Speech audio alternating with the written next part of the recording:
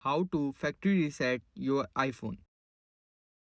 First, go to your settings and then go for General.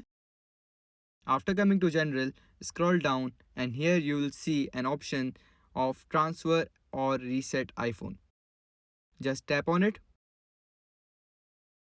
and then you will be directed to this page. Here you will get two options. One is to reset settings, network settings, keyboard dictionary, home screen layout, and location and privacy. But if you want to reset your iPhone completely, then click on second option. After tapping on second option, you will get two more options. And then just press on continue. After pressing on continue, you will be asked your password.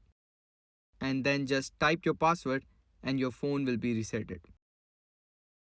So, subscribe to this channel for more how-to videos like this.